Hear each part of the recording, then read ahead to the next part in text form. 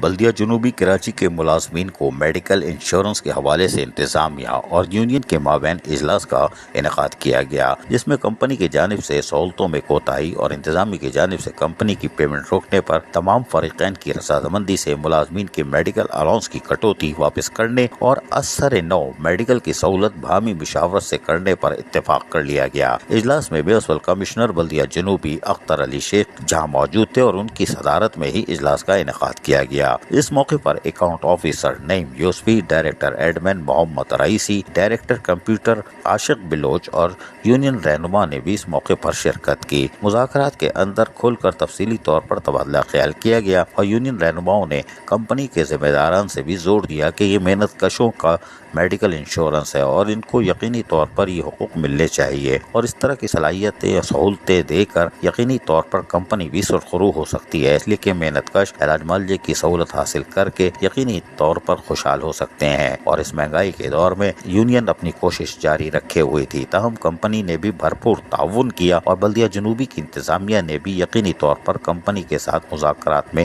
گہری دلچسپی دکھائی۔ اسی بنا پر یقینی طور پر بلدیہ کراچی کے ملازمین کو میڈیکل انشورنس کے حوالے سے اب کچھ گارنٹی مل چکی ہے اور یقینی طور پر اس سے محنت کشوں کو کچھ تھوڑا تو ضرور اطمینان ہوگا، اور یقینی طور پر یونین رہنماؤں کی کاوشوں کو بھی نظر انداز نہیں کر سکتے، جس میں سید ذوالفقار شاہ ہوں یا جاوید بلوچ ہوں یا اشرف ایوان یا دیگر رہنما جو تھے، الیاس جتون، قاسم شاہ، جو بھی رہنما تھے، ان کا کردار نمایاں رہا۔ عزیز عارف، KBS بلدیاتی نیوز کراچی۔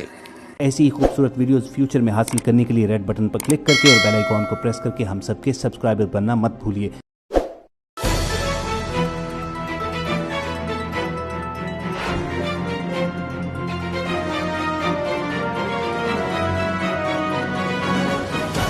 KBS